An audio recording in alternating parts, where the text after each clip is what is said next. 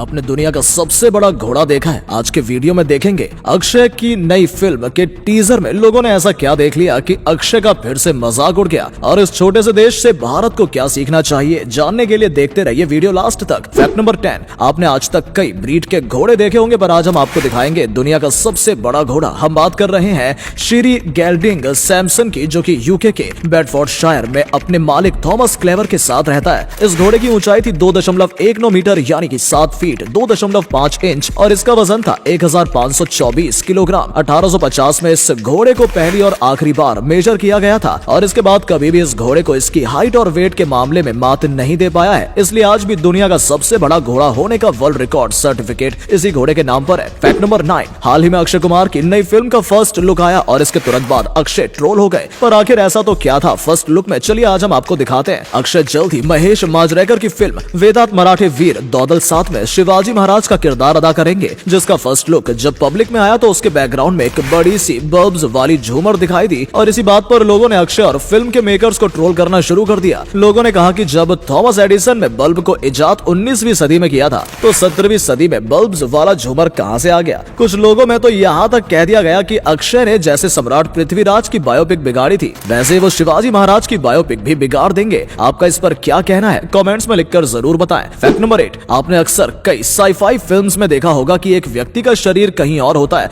और उसकी virtual body कहीं और जाकर किसी से बात कर रही होती है और सामने वाले व्यक्ति को ऐसा लग रहा होता है जैसे वो इंसान सच में उसके सामने खड़ा है। और ये चीज अब पॉसिबल कर दिखाई है नासा ने। हाल ही में नासा ने फ्लाइट सर्जन जोसेफ सेचमेड को अपने होलोपोर्टेशन प्रोजेक्ट के तहत इंटरनेशनल स्पेस स्टेशन में पहुंचाया। इस प्रोजेक्ट के दौरान जोसेफ धरती पर मौजूद हैं और उन्हें हर तरफ से कैमरास रिकॉर्ड कर रहे हैं और ये सारी रिकॉर्डिंग एक्सा एरोस्पेस के डेवलप किए गए प्रोग्राम में फीड की जा रही थी, जो स्पेस में बैठे एस्ट्रोनॉट थॉमस पेस्क्विट के माइक्रोसॉफ्ट होलोलेंस में प्रोजेक्ट होकर जोसेफ की एक वर्चुअल बॉडी को क्रिएट करके दिखा रही थी, जिससे ऐसा लग रहा था मानो जोसेफ और थॉमस एक साथ स्पेस स्टेशन में खड़े होकर बातें कर रहे हैं। नासा का कहना है कि इस प्रोजेक्ट के जरिए वो स्पेस में मौजूद एस्ट्रोनॉट्स को आम जनता के साथ रियल टाइम में जोड़ पाएंगे, ताकि स्पेस में रहते हुए वो धरती के लोगों के टच में रह सके। फैक्ट नंबर 7, धरती पर कई ऐसी जगह है जिनके बारे में ज्यादातर लोग नहीं जानते और ऐसी ही एक जगह है पॉइंट नेमो, जिसके बारे में आज हम आपको बताएंगे। पॉइंट नेमो दक्षिण प्रशांत महासागर में मौजूद एक जगह है जो कि साइज में फ्रांस से भी 34 गुना बड़ी है। ये एक ऐसी जगह पर है जहाँ पर मरीन लाइफ एग्जिस्ट नहीं करती, यानी इस जगह पर आपको कोई समुद्री जीव देखने को नहीं मिलेगा। इसलिए दुनिया भर की स्पेस एजेंसीज इस जगह को सैटेलाइट्स डंपयार्ड की तरह इस्तेमाल करती हैं। स्पेस में मौजूद जितनी भी सैटेलाइट्स की लाइफ ओवर हो जाती है उन्हें पॉइंट नेमो में लाके डंप कर दिया जाता है। अगर आप इस जगह को स्पेस का कूड़ेदान कहेंगे तो भी गलत नहीं होगा। फैक्ट नंबर 6, भारत के ज्यादातर लोग गाय, बकरी और भैंस का दूध पीते हैं और आज हम आपको जिराफ का दूध पीने वाले देशों में लेकर चलेंगे। हम बात कर रहे हैं चाइना और मंगोलिया की। चाइना और मंगोलिया के लोग बड़े स्केल पर जिराफ का दूध पीते हैं क्योंकि जिराफ के दूध में भारी मात्रा में विटामिन ए और विटामिन बी पाया जाता है। साथ ही जिराफ के दूध में गाय, भैंस या बकरी के दूध के मुकाबले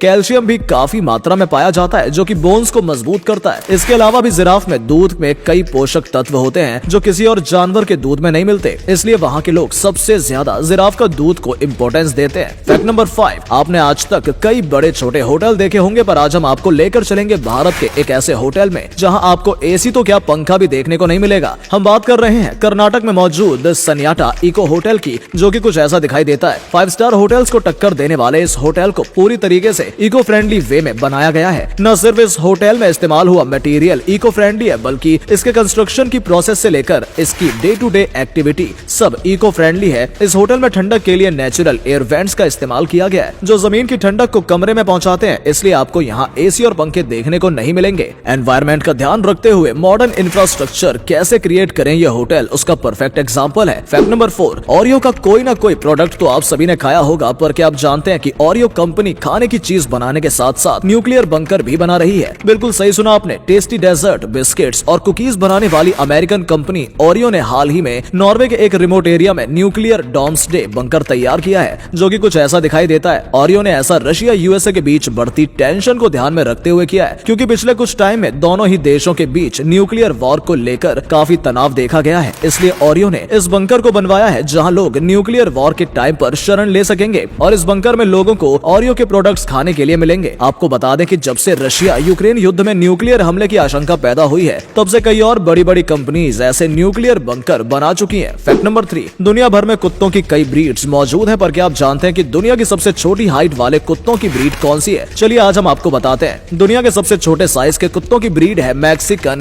चिहुआहुआ। इस ब्रीड के कुत्ते कुछ इस तरीके के दिखाई देते हैं। इस ब्रीड के कुत्ते की औसतन हाइट 15 से 23 सेंटीमीटर तक होती है और अगर बात इनके वजन की जाए तो ये 2 से 3 किलो तक के होते हैं। हालांकि इन कुत्तों का लाइफ स्पेन आम कुत्तों के जितना ही होता है। और अगले फैक्ट पर जाने से पहले इस फोटो को ध्यान से देखकर बताओ कि आपको कौन सा क्रिकेटर दिख रहा है। इससे पता चलेगा कि आपकी आंखें और आपका दिमाग कितना तेज है। आपको मिलते हैं 3 सेकंड। फैक्ट नंबर 2, दुनिया भर के देशों में होने वाले करप्शन के बेसिस पर हर साल करप्शन इंडेक्स निकाला जाता है, जिसमें नॉर्वे हमेशा टॉप 5 देशों की लिस्ट में आता है। पर करप्शन को रोकने के लिए गए नॉर्वे के स्टेप्स वहाँ चोरी की घटनाओं को बढ़ा रहे हैं। कैसे, चलिए आज हम आपको बताते हैं। नॉर्वे की सरकार ने 1863 से टैक्स रिटर्न पब्लिश कर रही है, जिसे पहले टाउन हॉल की दीवारों पर पोस्ट किया जाता था ताकि कौन कितना कमा रहा है और कितना टैक्स भर रहा है इन पर निगरानी रखी जा सके, जिससे करप्शन कम हो सके। पर इंटरनेट के जमाने में टैक्स रिटर्न को डिजिटली पब्लिश किया जाने लगा, इसलिए अब हर कोई कहीं भी बैठकर पता लगा सकता है कि नॉर्वे का कौन सा इंसान कितना पैसा कमा रहा है। और इस डेटा का इस्तेमाल कर रहे हैं आजकल के एडवांस्ड चोर, जो पहले किसी की कमाई के बारे में नहीं जानते थे, फिर मौका पाकर हाथ साफ कर लेते हैं। हालांकि पिछले कुछ टाइम में नॉर्वे सरकार ने इस चीज को रोकने के लिए कड़े कदम उठाए हैं, पर चोरी की वारदातों में कमी आने का नाम ही नहीं ले रही है। फैक्ट नंबर 1, पिछले कुछ टाइम में भारत के निर्यात यानी एक्सपोर्ट्स बढ़े हैं, पर अभी भी भारत वियतनाम जैसे छोटे देश को टक्कर नहीं दे पा रहा है। आखिर कैसे, चलिए आज हम आपको बताते हैं। भारत की कुल आबादी है 140 करोड़, वहीं वियतनाम की कुल आबादी है भारत से लगभग 14 गुना कम यानी कि 10 करोड़। बावजूद इसके पिछले साल भारत का एक्सपोर्ट रहा 450 करोड़, वहीं वियतनाम जैसे छोटे देश का एक्सपोर्ट रहा 400 करोड़। अगर ओवरऑल पिक्चर देखें तो भारत तरक्की कर रहा है, पर अगर कंपैरिजन की बात आ जाए तो भारत को अभी एक बेहद लंबा रास्ता तय करना बाकी है। आपकी इस बारे में क्या राय है, कमेंट्स में जरूर लिखिएगा। दोस्तों, वीडियो अच्छा लगा हो तो इसे शेयर कर देना। ऐसा करने से हमें मोटिवेशन मिलता है और ज्यादा अच्छे वीडियोस बनाने के लिए। वीडियो देखने के लिए आपका बहुत बहुत धन्यवाद।